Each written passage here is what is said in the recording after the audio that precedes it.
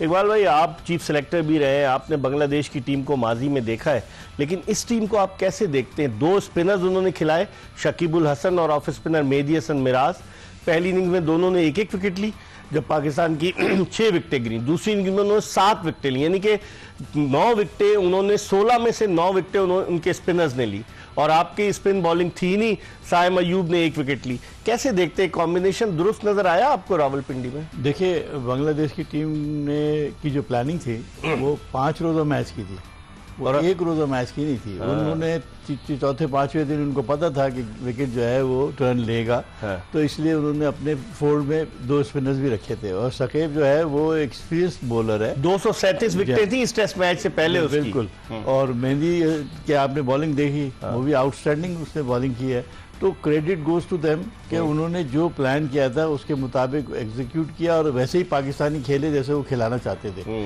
तो इस लिहाज से मैं समझता हूँ कि उनको क्रेडिट जाता है। और आपके जो टेस्ट मैच के लिए है, अभी भी मैं ये समझता हूँ, देखिए कल तक बात और थी, अब सिचुएशन 4 रोज़ा हो गया, अब ये 4 रोज़ा होगा। अब यू नीड अनदर स्पिनर। आपको जो लेफ्ट आर्म स्पिनर है हमारा नुमान अली, उसको रखा ही नहीं इन्होंने, रखा ही नहीं। हालांकि उसको साथ रखते, कम से कम स्क्वाड में रखते। देखिए अब कल सिचुएशन हो गई है, तो 2 स्पिनर के साथ आप भी जाए और फास्ट बॉलर की कॉम्बिनेशन बनाए और अटैक करके खेले पूरा, क्योंकि अब आपको तो डू एंड डाई करना है ना, सीरीज बराबर करनी है जी, सीरीज बराबर करनी है। तो आपको अटैकिंग होने, और बॉलर ही जिताएंगे मैच, आपको बैट्समैन नहीं जिता सकते। तो इसलिए लाजमी था कि आप इसको रिव्यू करें, और अभी भी चांस है, कल तक अगर परसों तक कोई बात बनती है तो ये विकेट जो है वो अब डैम्प हो गई है।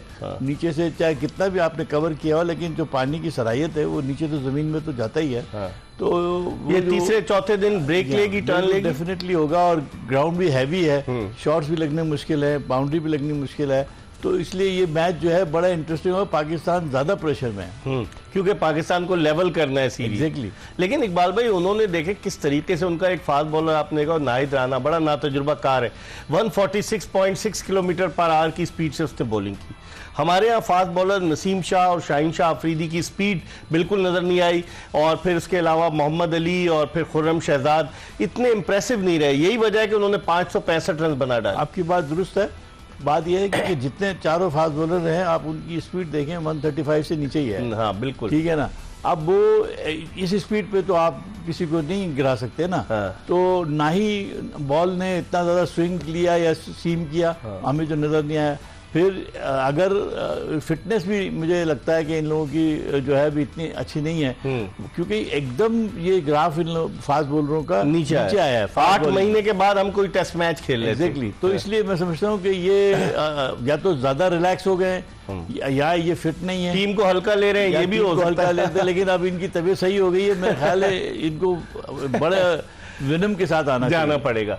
इकबाल कासिम तो हमारे साथ मौजूद है, लेकिन इस वक्त रावलपिंडी की सूरत हाल जान लेते हैं। और इस वक्त रोजनामा एक्सप्रेस के स्पोर्ट्स कॉरेस्पॉन्डेंट जुल्फिकार बेग हमारे साथ टेलीफोन लाइन पर मौजूद है रावलपिंडी से। अस्सलाम वालेकुम बेग साहब। अस्सलाम वालेकुम। आपको आवाज आ रही है? इकबाल भाई, उनसे फिर बाद में बात करेंगे, शायद कनेक्ट नहीं कर पाए। लेकिन अब आपने कहा कि अब लेकिन 12 तो अनाउंस कर दिए, तो तब्दीली तो हो सकती है ना इकबाल भाई? अभी क्योंकि टॉस तो नहीं हुआ ना। ऐसा नहीं है। हाँ। आप तो एनी टाइम किसी भी चाहे तब्दील कर सकते हैं, और अभी ना टॉस हुआ है, ना कुछ हुआ है, ना कोई किसी किस्म की, तो अभी चांस है।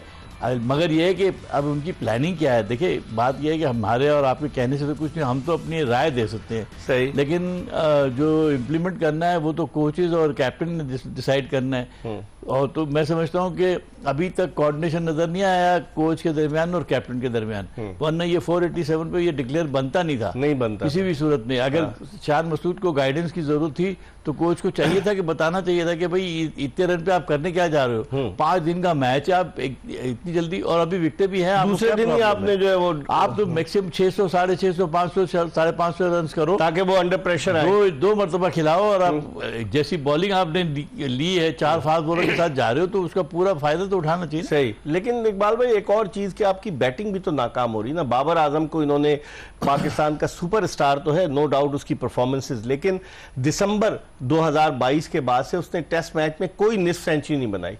284 रन हैं 14 टेस्ट इनिंग्स में दिसंबर 2022 के बाद से, जब कराची में उसने 161 रन किए थे। तो वो भी तो अब वहां ऑस्ट्रेलिया में फेल हुआ, यहां फेल हुआ, उसका एक फेल होना भी एक फैक्टर है पाकिस्तान की बैटिंग। पाकिस्तान के लिए वो नंबर 1 प्लेयर है जी। अब जाहिर सब उसको फॉलो करते हैं। हाँ। और अगर ये कहीं फ्लॉप हो जाए तो वो टीम का मोराल भी डाउन हो जाता और है। यही हुआ, देखा यही हो रहा है। पहली इनिंग में वो 0 पे आउट हुआ, दूसरी इनिंग पहली गेंद पे कैच छूट गया उसका, वरना तो और मुश्किल होती। इस वक्त टेलीफोन लाइन पर हमें जुल्फिकार बेग ने ज्वाइन किया है, रोजनामा एक्सप्रेस के स्पोर्ट्स रिपोर्टर। इनसे पूछते हैं रावलपिंडी की सूरत हाल। अस्सलाम वालेकुम बेग साहब। जी वालेकुम अस्सलाम। आपकी आवाज स्लो आ रही है, जरा तेज कीजिएगा आवाज इनकी। ऐसा है कि मौसम की जो के तेवर काफी बिगड़ चुके थे। इब्तदाई ओवर रोज का जो खेल आज जो होना था वो गीली आउटफील्ड की वजह से नहीं हो सका। अच्छा। और पाकिस्तान क्रिकेट बोर्ड ने दुनिया में एक नई टेक्नोलॉजी मुतारिफ कराई है, इसमें भी पाकिस्तान नंबर 1 हो गया है। वो ये है कि 2 पेडिस्टल फैन मंगाए गए थे अच्छा। कल, जो कि आउटफील्ड पवेलियन एंड और मीडिया एंड की तरफ लगाए गए थे, हाँ। पिचेस के ऊपर, विकेट के ऊपर, अच्छा। ताकि विकेट आपकी ड्राई हो जाए। शुक्र है हाथ में पंखा लेके नहीं झल रहे थे, ये तो खाली पेडिस्टल फैन ही मंगवाए थे। कोशिश इनकी शायद ये हो सकती है कि क्रिकेट बोर्ड के अंदर जितने एम्प्लॉइज हैं सबको 500-600 जो एम्प्लॉइज हैं उन सबको एक पंखे दे दिए जाए प्लास्टिक के, हाँ। तो ताकि वो खराब भी ना हो, उनकी बीट्स भी ना टूटे, तो सही। वो उसके जरिए विकेट खुश कर सकते हैं। एक तो वेन्यू का इंतखाब, प्रीवियस प्रोग्राम में भी देख साहब आप पाकिस्तान का इंसाइक्लोपीडिया है क्रिकेट का, जो क्रिकेट पे आप नजर रखते हैं, जो कासिम इकबाल साहब रखते हैं, वो शायद हम इतनी नजर नहीं रखते हैं। लेकिन अपने शहर के हवाले से हाँ। बात ये करूंगा कि पाकिस्तान का जो पिंडी का जो स्टेडियम है, ये ऐसी जगह पे लोकेटेड है, यहाँ पे डिफरेंट किस्म के इश्यूज हैं। अभी 12 अरब रुपया ये पाकिस्तान क्रिकेट बोर्ड की मैनेजमेंट लगा रही है पुराने स्टेडियम के ऊपर। सही। तो लाहौर का स्टेडियम देख रहे हैं, पिंडी का स्टेडियम देख रहे हैं, हाँ। ये गुंजान आबादी के अंदर ये स्टेडियम वाक़या है और बहुत सारे लोगों का कारोबार मुतासर होता है, लोग बददुआएं वही देते हैं। फैजाबाद के नजदीक है ना बेग साहब, फैजाबाद से बिल्कुल नजदीक है और लोगों के लिए बड़ी मुश्किल होती है, जो ट्रैफिक बंद हो जाता है सारा। लेकिन ये बताइए कल क्या इत्तला है, कल मौसम की क्या इत्तला है, कल हो जाएगा मैच?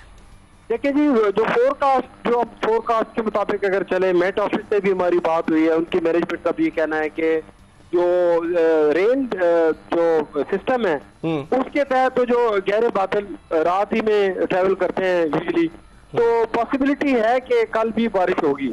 कल भी लेकिन हाँ। इसका कुछ नहीं कहा जा सकता, क्योंकि जो फोरकास्ट है वो 11 साढ़े 11 बजे दिन तक ना बारिश की एक्सपेक्टेशन है। ठीक। लेकिन ये सारा कुछ डिपेंड करता है कि जो पिच को मॉनिटर करने के लिए अंपायर्स आएंगे, वो देखेंगे आउटफील्ड का बड़ा मसला है। सुपर सॉपर नहीं आया चलते चलते, बस ये बता दीजिए, सुपर सॉपर नहीं आया लाहौर से?